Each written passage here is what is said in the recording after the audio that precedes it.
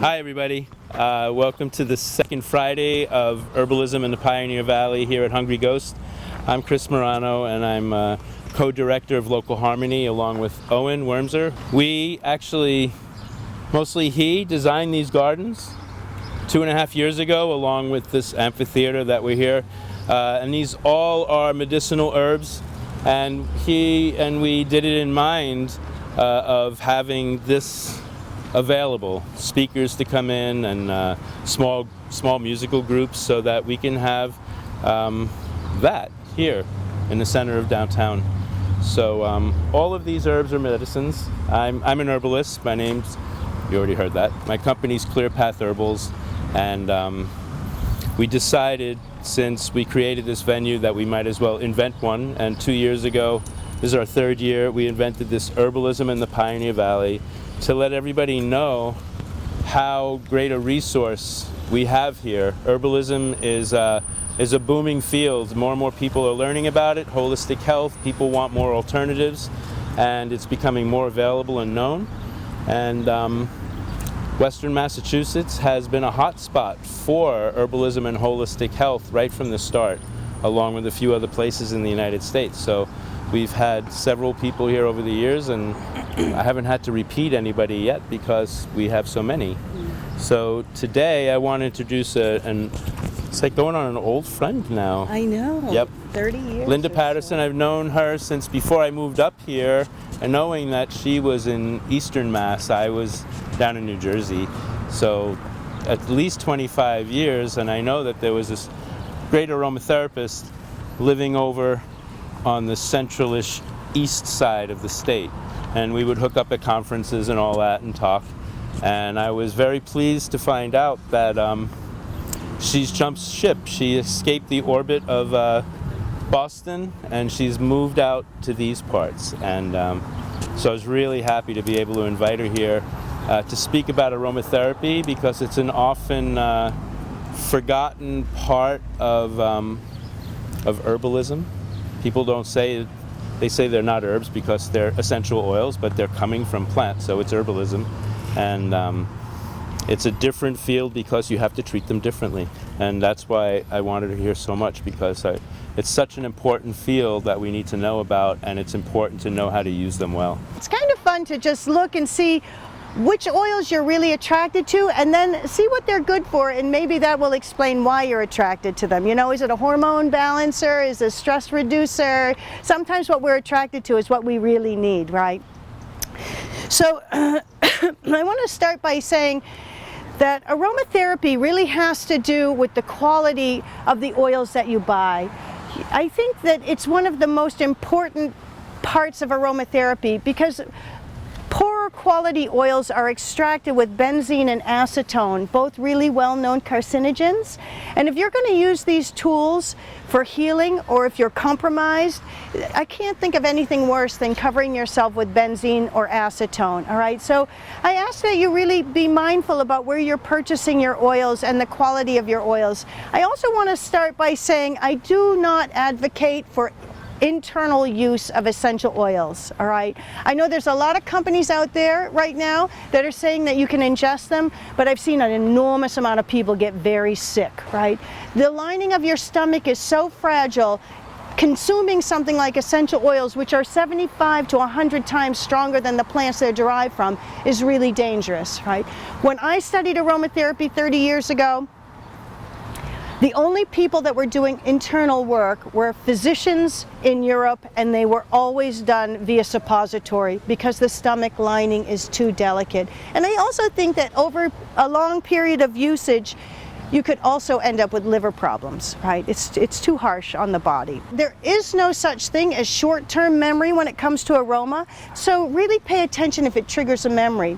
And sometimes memory is also our strongest memory trigger. Sometimes we don't remember where we smelled the aroma before, but it will absolutely trigger the experience. And a great example of this is pine.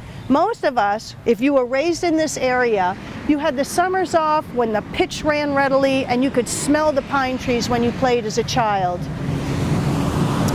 Because of the lock and key response that goes with aroma, Aroma plus emotion plus experience equals memory. So at some point when you were playing as a child amongst the pine trees, the attachment of joy was connected to the aroma of pine. And so now when you smell pine, it's really calming and soothing and joyous to you, even if you don't remember playing when you were 8 amongst the pine trees. Most essential oils are steam distilled, and there's an upside and a downside to that. The upside is most of the proteins that cause allergies are too heavy to make it through the distillation process, right? So people who have problems with ragweed or chamomile have no issues with the essential oil. Right? On the downside, sometimes it's those heavier molecules that we're after. I once paid a fortune for essential oil of St. John's wort, and when I got it, it was not red. Right? So the hypericum that I was hoping for didn't make it through the distillation process. So it's something to remember. Comes patchouli, you know. You had a good 60s experience, right? The only exception to this are the citrus oils. Citrus oils are expeller pressed, kind of like they make olive oil. They just press the rind, they call it the zest. And for some reason now, and I don't know why, companies offer you either steam distilled or expeller pressed citrus oils. When given the choice, always choose the expeller pressed. They're not expensive, and you're not going to get anything more pure, right? If you see on your label absolute, like rose absolute, it is absolutely adulterated, all right? So it's not the pure rose that you want. Rose is wildly expensive. You should be paying through the nose for your rose oil. And of course, in the realm of aromatherapy, we're now dealing with a lot of problems with things like sandalwood, rosewood, frankincense. A lot of these plants are being over-harvested, and we're no longer able to work with them because they're not being imported anymore. So it's also something to think about, the sustainability of the oils that you buy. All of that is the bigger picture. Some companies that are less reputable will distill a batch of plant material, get a first batch of excellent quality essential oils, and instead of changing out that plant material in their still, they'll redistill it, getting a second batch of inferior oil, and they'll combine the two and extend it out, right? So because there's no governing body in regards to essential oils, it becomes very tricky around buying oils. And for any of you who want to know my supplier, I'm happy to share that with you afterwards, all right? Essential oils can be used very similar to herbs, and I have to say this, everyone that I know who studies herbs often goes on to study essential oils because they work so well hand in hand. Any product that you can make herbally, a salve, an infused oil, you can take to the next level if you know your essential oils and you're buying really good quality essential oils. And I just want to say this, if you really want an eyeful, Google toxic fragrances and you'll see just how bad these Reed diffusers or Glade plugins, they're neurotoxins, which means they strip the myelin sheath off of the nervous system, all right? So, I mean, why are we all so stressed out? Why do I know so many children that are already suffering from anxiety, you know, between all the waves in the air, the Wi-Fi waves, the radio waves, which, you know, our nervous system is just an electrical system. And then you add into it things like neurotoxins, our household cleaners. Anything with a fragrance in your home is probably a neurotoxin, unfortunately, because that is where companies can boost their profit margin the easiest, right? By using poorer grade essential oils. So, you know, one of the things that really blew my mind when I started researching toxic fragrances was the butter flavored popcorn, microwavable popcorn. It was such a neurotoxin. The aroma was such a neurotoxin. They had to remove it from all the supermarkets, all the movie theaters, from everywhere because people were getting so sick. So we don't really think about how aroma affects us on a daily basis, but it's affecting us in a very, very subtle but powerful way. So it's just something to keep in mind. So I also want to say this, I'm passing around some citrus oils. Citrus oils only have a shelf life of 1 year, and they cause a lot of photosensitivity. So, in other words, you never want to slather yourself with essential oil of bergamot and go out into the sun, because you'll burn like a French fry. Essential oils don't like heat, they don't like light, and they don't like oxygen. So you never want to leave your essential oils in the car in the midsummer heat.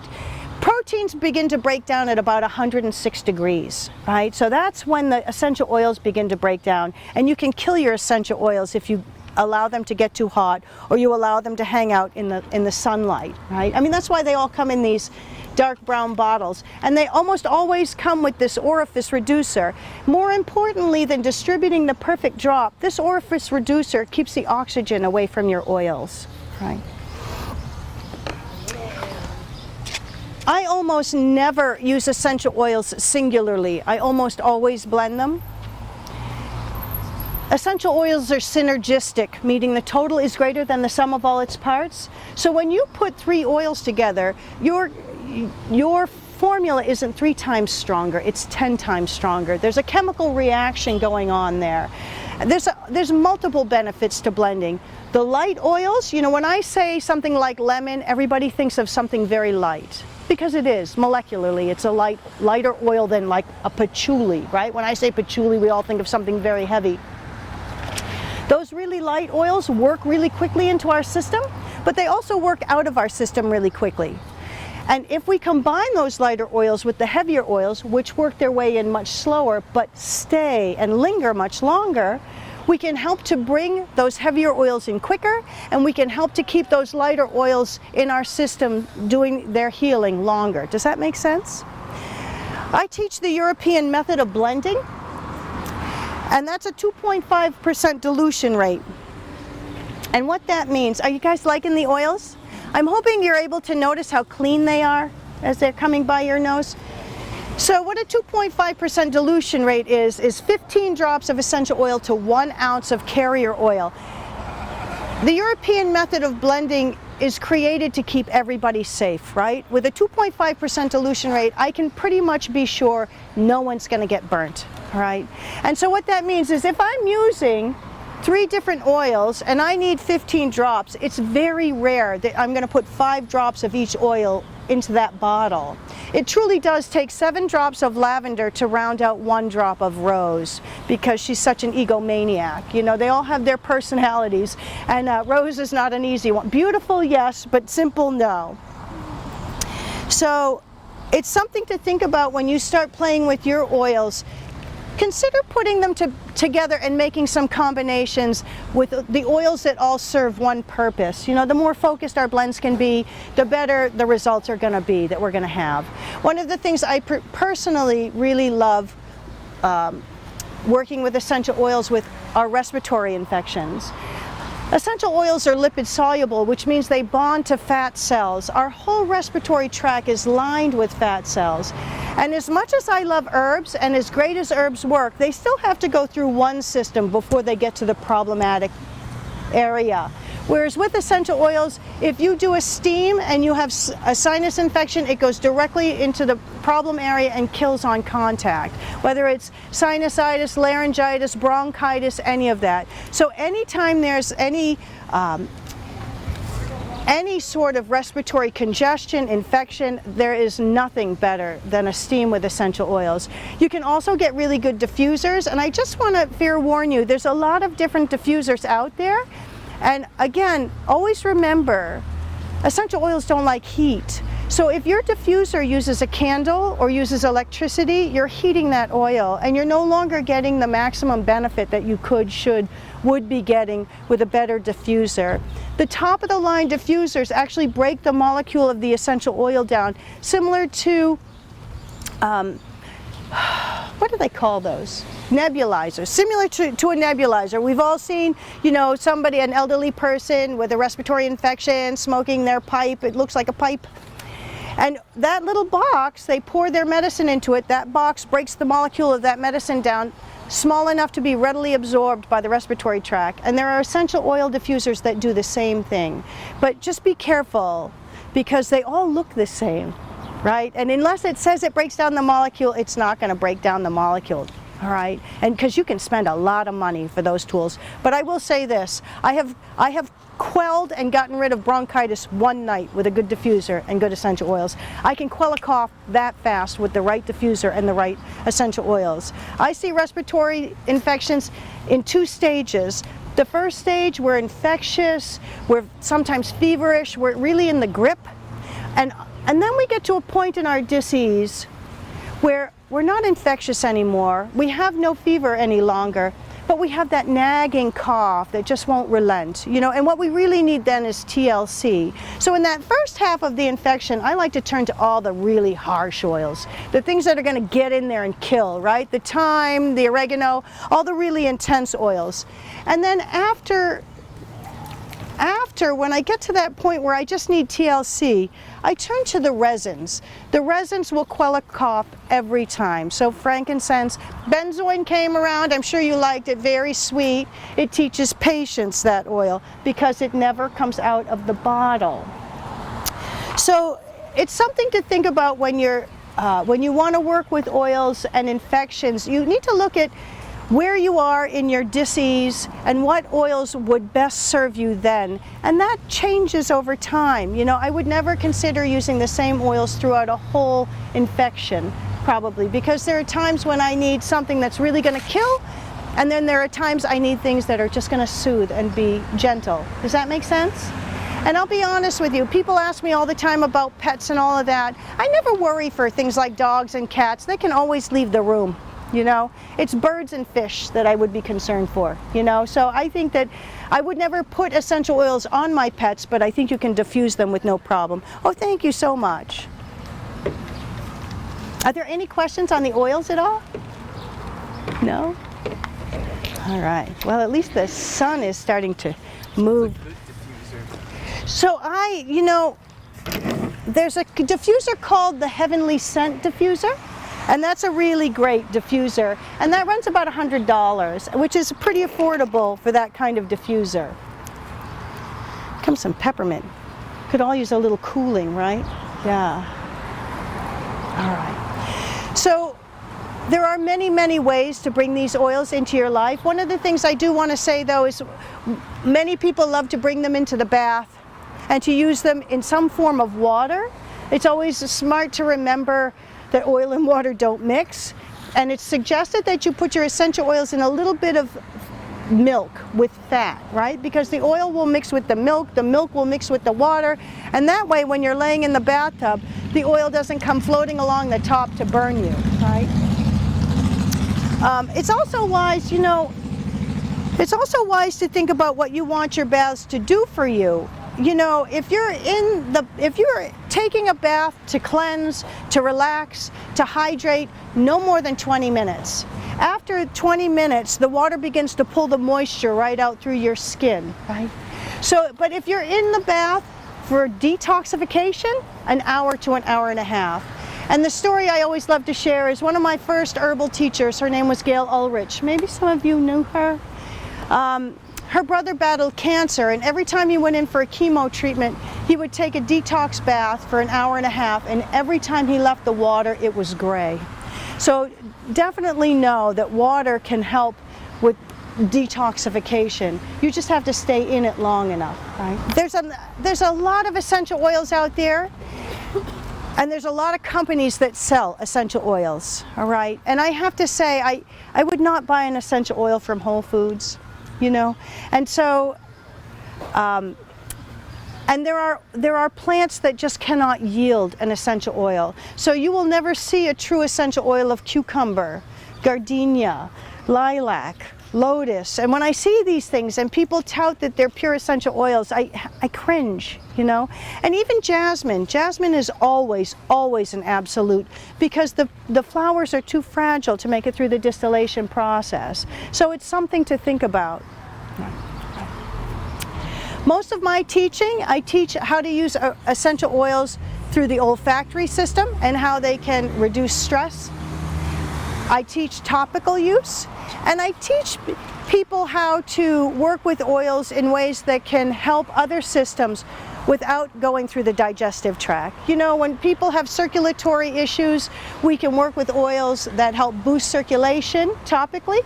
We can also help reduce stress, which is going to lower blood pressure and help the circulatory system. Do you see where I'm going? Like some of those systems that are really cannot be directly applied to, I think that there are ways to work with these tools through the back door, so that we can benefit every system of the body through the use of oils. Does that make sense? Right, because I don't want to see anybody ingesting. Has everybody here worked with essential oils before? Yeah. Oh, that's so nice. Yeah. So you're all familiar. I just have to keep track of the time here. All right. Some more oils.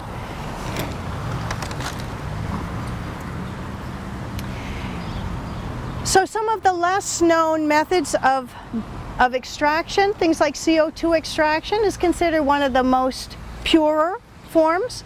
But just remember, everything that is used to extract will leave some sort of taint behind, right? So a CO2 extracted essential oil is going to have CO2 in it, right? Whereas a steam distilled essential oil, if it has a little water, it's fine, right? It's fine by me, certainly. So the only time I've ever seen steam distilled oils are when they cannot be, the only time I've seen CO2 extracted oils are when they cannot be steam distilled, right? So things like calendula CO2 extraction I've purchased. You know, some of the harder things, we can't steam distill that plant. So it's a very expensive process, and so they're not going to use it for just anything. And if they are, I'm questioning it. You know, it's such an expensive process. It's the same when somebody says, I bought this bottle of sandalwood for $10. I question that. Like, first, where did you get it? Like, who sells sandalwood for $10? Nobody sells sandalwood ever anymore, the real sandalwood. So it's a hard situation. So sometimes when it's too good to be true, it's not true, right? Something to pay attention to. So aroma is the only thing that has a direct line to your brain. When you smell something in this nostril, it goes directly to this hemisphere of your brain. When you smell something in this nostril, it goes directly to this hemisphere of your brain. And that's why it's important to stimulate both hemispheres of your brain. Don't do this. And if you want to know a little secret, you want to know if a blend works before you waste your oils and put them in the bottle, put them together like this and see if they work. A good blend should be round and smooth, and there should be no corners. You shouldn't really be able to pick out anything in the blend. It should meld together smoothly. Does that make sense? And it's not to say that you can't put oils together that have corners, but I will say this, I don't care how good something works, if it smells like ass, nobody's going to use it, right? So there is the art of aromatherapy, and then there's the science of aromatherapy. It's important to know what oils are good for what, but it's also wildly important to be able to put them together in combinations that enhance each other and enhance health. Does that make sense? And that's something you can't learn online. You know, we live in a curious time when people want to learn about plants right here. How do you learn about a plant here? Like, I need to be hanging out with that plant to really get to know it. And it's the same with the oils. How can you learn quality if you're not smelling it and comparing it side by side with less quality oils? How can you truly learn to blend essential oils from the internet? I don't know if you can, and I'm sure that all of you are herbalists, right? I'm sure that's how you ended up here today. And I'm sure if you've been working with plants, you understand that you really have to work with the plants, right? Not just learn about the plants. And it's become a very interesting place to be in life right now when people don't want to show up in person, you know. So I would strongly suggest, just like the plants, you know, I have to say, it takes me about a year to get to know an essential oil. Spend some time with your oils, play with them, see what you can tolerate. If you really want to know if you can work with an oil neat, and neat is the term we use when it's without a carrier, so it doesn't mean unblended. It can be blended, but it can still be neat. You can put a few drops on a Band-Aid and tape it here for 24 hours. If you don't have a reaction, it's probably fine for you to apply that oil directly to your skin. That does not mean put it in your eyes, right? And I have to say that because I never know. Are you smelling some interesting things that you've never smelled before? Right. So one of the beautiful things about smelling this many oils is you will absolutely leave intoxicated, right? And it totally changes your latitude. I mean, no matter how stressful your day is, if you go home and smell a quick 20 oils, you are in a very different place, right? And it's much, much safer than other methods of relaxation. And one of the things that I like to teach my students is the lock and key response. And I will just quickly tell you how this is done because maybe it will benefit you. It's one of the greatest tools I've found for panic and anxiety attacks because there is no such thing as short-term memory with aroma. And because even if we don't remember the experience, it's still attached to an aroma. We can set that up for people. And the way I do it in my classes is I have them make a blend for somebody in class. Every class, they have to make blends for each other. And then they're not allowed to smell that blend. And then they walk them into a guided meditation.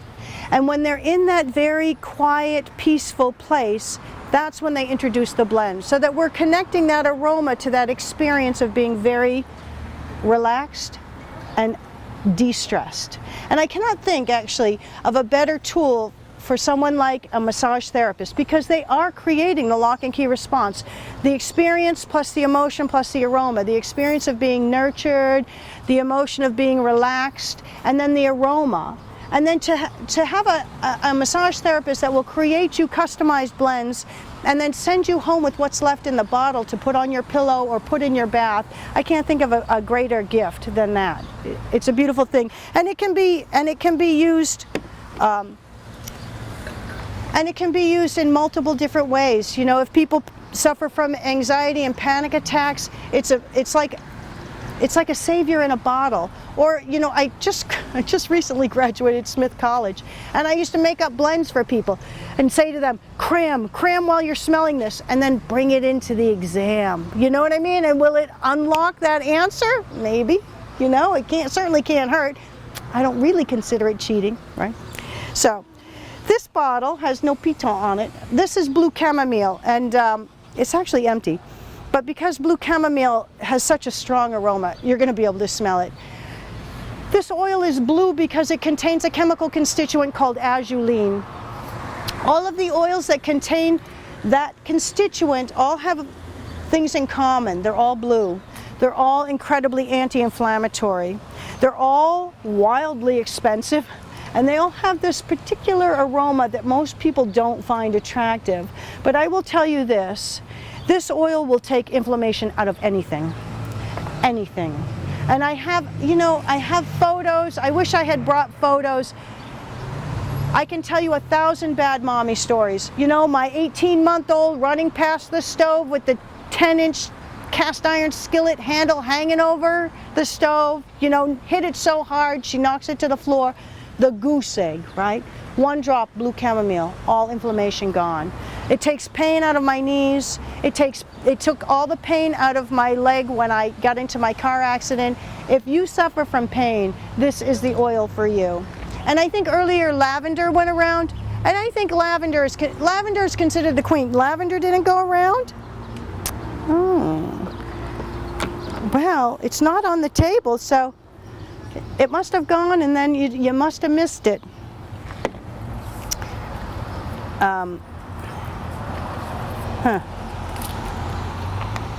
Lavender is the queen of essential oils. It's so cell rejuvenating that it's used throughout all of Europe in the burn centers. I've used it on every kind of burn. I've used it on heat burn. I used to be a plumber. I can't tell you how many times I burnt myself when I was sweating pipes together. I've used it on sunburn. I'm a soap maker. I've used it on chemical burn. I was making soap with friends. I sent one of my girlfriends out to do the lye process, which is incredibly caustic. And being a seasoned soap maker, I didn't worry for her, but she wiped her face, and not knowing it, she had lye on her glove. It immediately turned white and began to blister. I went out and just began applying lavender. I think I applied it 3 times, and by the time she went home, it was barely pink, right? So lavender, blue chamomile, and tea tree, I think, are 3 oils that every home should have. Just like having Band-Aids in the medicine chest, right? It like that basic, right? As an herbalist, of course, most of us have a whole bunch of stuff in our medicine chest, but those 3 oils, I think you can accomplish an enormous amount of things. And I think everybody's familiar with tea tree, right? It's anti-everything, antiseptic, antibacterial, antifungal, antiviral, anti-everything. It's also incredibly drying, and it works incredibly well on things like lice, skin tags. Every single person I know that has applied it to a skin tag, it turns black and falls off. You have to hit it hard though. Drop an hour if you can remember to put it on. The downside is it's really drying. You might have to go back after and apply some salve. Tea tree. Yeah. And you know, I think that for those of you who don't own essential oils, I really think that you can cover a whole gamut of issues, just like plants, really, with just a small amount of oils. You don't have to break the bank. I mean, that blue chamomile is the most expensive oil that I would ever say you should buy, you know? But I think about things like peppermint oil, right? The premier oil for migraines. It's also been tested more than anything for things like irritable bowel with wild success, right? There's a lot of data on that. It's also excellent for opening up the sinuses, right? For colds and respiratory issues. It's also really cooling when you're too hot. So that just in that one oil, we can get a whole lot of healing out of that. So I think that with just maybe even just a half a dozen oils, you can really cover the basis for anything that you would need for healing. Just as the same with plants, you know, if you know 10 plants really well, that's really all you need. I mean, I know herbalists that love to know them all, and that's great. That's like too much for me, right? I want to just know my neighbors that grow around me, because they really can cover pretty much anything. Does that make sense? Yeah. Are there any questions? I actually don't know very much about this at all. But those, you said those oils that you would have in your medicine cabinet, but those you're not going to put on, you're just going to smell them? Well, so here, the only 3 oils that I openly say are safe to apply neat are lavender, tea tree, and blue chamomile. When my daughter was an infant, I had her in the garden, and she got a little black fly bite. I saw a little red dot, and I had no idea. She was 6 months old. That she was allergic to black fly. Her whole eye swelled up and closed. She couldn't open it. So the next time I had her in the garden, because of course I had her in the garden again, she got another little black fly bite. And so I got the tiniest amount of blue chamomile, put it on there, and you have to be really careful around the eyes. No swelling, no inflammation, no nothing, right? So if I can put that on my infant child, and when my daughter was a baby, she was like in the 97 percentile. Do you know what that looks like? That looks like Sumu baby. Like only 3% of the world's babies were fatter than my baby. And every day we would go on a cheese hunt, and I would spread apart the rolls of her neck because she would grow yeast. And even though it was red and angry, I would wash it gently, 1 drop of tea tree in the crease, gone. No whimpering, no crying, no nothing. So that's why I say I'm pretty comfortable with those 3 oils, with saying pretty much to anybody. Would I suggest people put peppermint on neat? Never. Like, that would probably burn me, right? So, but it's a great oil to have. It's an inexpensive oil, right? And the only other oil I think that everybody should probably own is a resin, because they quell coughs so well. They're so soothing to the mucous membranes in our throat. So when you're really sick and you just need to sleep and yet your cough won't allow it, there's nothing that's going to work better for you than a myrrh, even though frankincense, benzoin, elemi. Elemi came around. Did you like elemi? That is supposed to open the 3rd eye. It's kind of citrusy. I have a couple more over here. And if you have any requests, I am more than happy to take them. I try to pull out what's on your list so you can do some comparing. So, you know, you can buy a lot of books on aromatherapy, and I think that they're great. I just want to say this about recipes, right? Recipes are great when we aren't sure of what to use. But once you start to get to know the essential oils and what they can do and how they work, I strongly suggest you put aside the cookbooks and you create your own formulas, because no one knows you or your family members better than you, right? So just because somebody's dandruff formula works for them in California does not mean it's going to work the best for you. You know what's going to be best for your family, and I really feel like it starts to feel a little too much like allopathic medicine when we just follow a recipe over and over. And really, that's the fun part of it, is like creating something new and special for each and every person that you know. And they're tools that can be used by everyone. I love herbs, but sometimes trying to get people to take them, especially when they're, if you know things like, oh God, andrographis, or you know what I mean, some of those really hard herbs, like it's really hard to get people to drink a cup of tea, or to take gentian, whereas everybody loves essential oils, right? Especially if you can create it to smell beautiful, then they're more than happy to use it. I will say this, so aroma does not work the same on us when we're sleeping, so it's something to be mindful about. A lot of people want to fall asleep to something beautiful, but because aromatherapy is your strongest memory trigger, once we're asleep, we can't get any more relaxed than that. So at that point, they can actually begin to be disruptive to sleep. So if at all possible, have your diffuser on a timer. I mean, it's lovely to want to sleep with your aroma, but if you find that it's keeping you awake or you're having too many fast dreams, you might want to cut back on that and just use them to fall asleep, because they might interrupt staying asleep. Does that make sense? Yeah. All right. I have Mandarin here, but I can't get the lid off. Like somebody with the Kung Fu grip put it on there, and Really? No requests for oils? None? You've smelt them all? Awesome. Yeah. I have a question. I work at nursing homes, and in particular on the dementia and Alzheimer's unit, they'll use fragrances, and they're interested in oils, but maybe don't know that much about it. So all this information is really helpful. I was wondering if there's any oils that you could recommend or say aren't a good idea. Sometimes people get very agitated or very anxious, and that can be a huge. Right. So the question is on an Alzheimer's ward, what would be the best oils? I've had multiple students, nurses that have taken my course that work in the exact facilities you're talking about. And something that happens to the elderly, it actually happens to us all, whether we realize it or not, is something called Sundowners, which I'm sure you're familiar with. And this is, right at sundown, the elderly get really restless and they leave their rooms and they're like lost souls. They just want to go home. It's really quite sad, actually. And every student of mine who was allowed to bring in a diffuser and just diffuse the simple lavender had no sundowners. None of the patients left their rooms. They all stayed quiet and were relaxed and calm. And from what I understand, on an Alzheimer's or dementia ward, it's even worse. They leave their rooms, they pick fights with each other. It can get really violent, yeah. So see if they won't let you bring in a diffuser, and then just, talk to me after about some good quality oil for them. And, it's really, we live in a funny world. We'll allow public places to put things on the wall when I'm sure you've all experienced this. You walk into a public restroom and something like sprays out from someplace.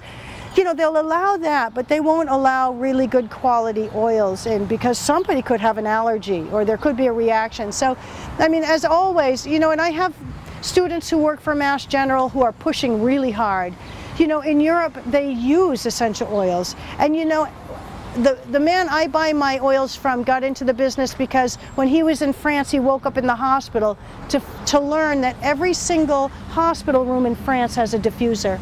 Not only are all of their patients more calm, but there is no secondary infections like here, because essential oils in the proper diffuser can kill airborne microbial and even stop airborne anthrax, they say. I'm not sure about that, but I've seen it kill airborne microbial. It's amazing. I can be sleeping right next to somebody who's got a vicious flu, and as long as I've got my diffuser on, I don't get sick. I've got 2 children. If I can catch them when only one is sick and get the diffuser going, the other one does not get sick. So, and the beauty of a good diffuser is you don't have to go through and wipe down the doorknobs or the whatever. You don't have to wipe anything down. It's just going to kill everything on contact. Does that make sense? So I would definitely ask and see if they're open to that. It's a hard thing. Yeah. They are. They use, I don't know if they use very good quality oils, and I don't know what kind of diffuser they use. They might use like an electrical type thing, but they do Yeah. Yeah. Oh, take, you know, make sure, I have business cards up here. Just get in touch with me and I'd be happy to answer any questions that you might have, really. And I tried to put all that information on your handout so you don't have to dig too far for it. Yeah. Are there any other questions? Yeah. When you said that heat can really like basically make them useless, is that usually with a device where you'll still be able to completely smell it? Yeah, it'll still have an aroma, but it won't chemically be healing anymore. Do you know what I mean? It's kind of, for those of you who make glycerins, it's like a glycerin, right? It still tastes good, but it doesn't have the healing effect anymore. Does that make sense? Yeah. So not just your diffuser, but even, you know, in your car or in the sun. I'm trying to. There was a question over here. Did you have a question? Oh yeah. So if I can't afford a diffuser, do you have any like budget ways to potentially like get? It's really hard, isn't it? So there are less expensive diffusers that are just, they have them in all shapes now. Some of them look like little eggs. It's just a fan. And at least it uses no heat. It doesn't break the molecule down, but it doesn't use heat. And they're pretty inexpensive. They can be really inexpensive, you know, $15, $20. And you just put the essential oils on a pad, the fan pulls the aroma off the pad and sends it through the room. Yeah. And you can always, you know, like in my car, I keep, you know those Vicks, do you remember those, like those Vicks inhalers? You can buy those blank for when you're congested and things like that. That's what I'll do when I'm teaching. I'll have one full of usually peppermint to keep me awake and keep me decongested so I can get through the lecture. Do you know what I mean? So there's other ways, and sometimes even I'll put things on a tissue and just breathe them in that way. You know, there's plenty of ways. So just try not to use a heat method. That's all, right? That's the best. Yeah. What affordable essential oils you would recommend and what are also quality? So this brand is Aromatherapy International, and if you tell this person that you are my student, which you all get to claim now, you get to purchase off the wholesale listing. And you will get a practitioner grade quality oil less than what you'll pay at Whole Foods. For real. Expensive is always going to be expensive, right? But so many of them are not that expensive, right? But I don't think you'll find a better price anywhere. And I don't get a cut from your purchases, okay? Just so you know. All right. Are there any other questions? All right. So, how are we doing for time? All right. So I guess, yeah, did you? I don't know if you talked about this. Do you consume any of your oils? No, I did talk about it a little in the beginning, and I think it's really dangerous. In fact, I've known a lot of people who have gotten really sick. You know, I was trained by a woman who studied in England, and that's why when I teach the European introduction to aromatherapy, and in England they don't ingest, right? It's kind of interesting. Like, England's really about topical, France is really about inhalation, and the Germans are really more into the ingestion, but it's almost always through suppository because the stomach lining is too delicate. And I know that there's a lot of push. There's big companies out there like doTERRA and Young Living, and I just want to say this, the FDA is coming and they're starting to put pressure on them, and it's both a blessing and a curse, right? doTERRA has made the term aromatherapy a household word, and at the same time, they're buying up so much of the lavender that the price of lavender went up 4 times last year alone because they are such big consumers, which is a blessing and a curse. I have to say, it takes an enormous amount of plant material to make these oils. They're really precious, and we have to treat them that way. You know, so, and I suppose it's not cost effective either to just waste them, but. Are those organic, and do you recommend organic? So these are not organic. I have to say this about organic. When I see like Orifice Organic, they tend to be better than the classic Orifice. This company used to have an organic line and then they stopped carrying it. I think there wasn't enough interest. Yeah, so I think if you can buy, like I love the company Floracopia, right? David Crow is all about sustainability and fair trade, and you know what? That completely comes through in his oils. The vibration of that man's oils are unbelievable. The price of his oils are also unbelievable, and it's a limited line. This line of oils is like 200 strong, whereas Floracopia is probably about 45, you know.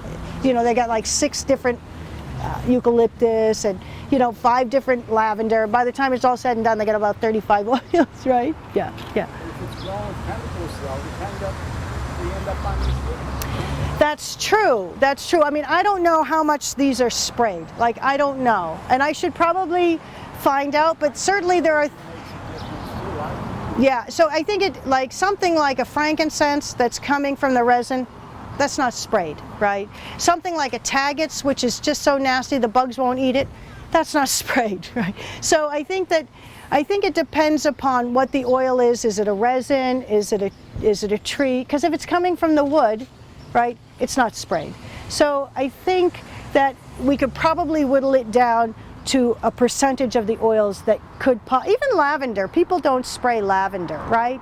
If you think about a lot, what makes plants aromatic are those secondary compounds, and those secondary compounds are what the plants use to stave off bugs, infections, and things like that. That's why, yeah, that's why almost all essential oils are antimicrobial, antiviral, because that's what they do for the plants, as well as attract, pollinators and things like that. But I think about it, even, I know as an herbalist, I know a lot of people that grow, and I grow a lot of things, and a lot of herbs they don't get eaten really to a large degree because of those secondary compounds. Most people don't spray their herb gardens. You just don't have to, yeah. Do you ever use hydrosols? I make hydrosols. So I personally think that hydrosols are the water that's left over from the distillation process. And I personally think hydrosols, I'm very excited about hydrosols. I think they are the way to use aromatherapy internally.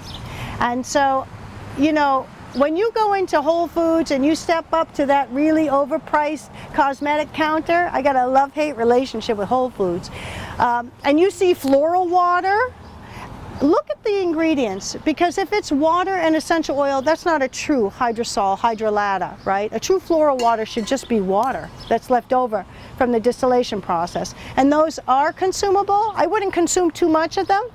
For a while I was experimenting. I experiment a lot.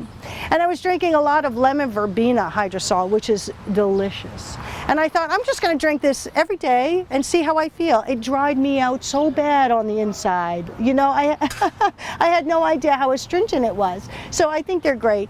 And then of course you can use them anywhere a recipe calls for distilled water, right? If you're making lotion or any of that, you could instead use a rose hydrosol, and it would be beautiful.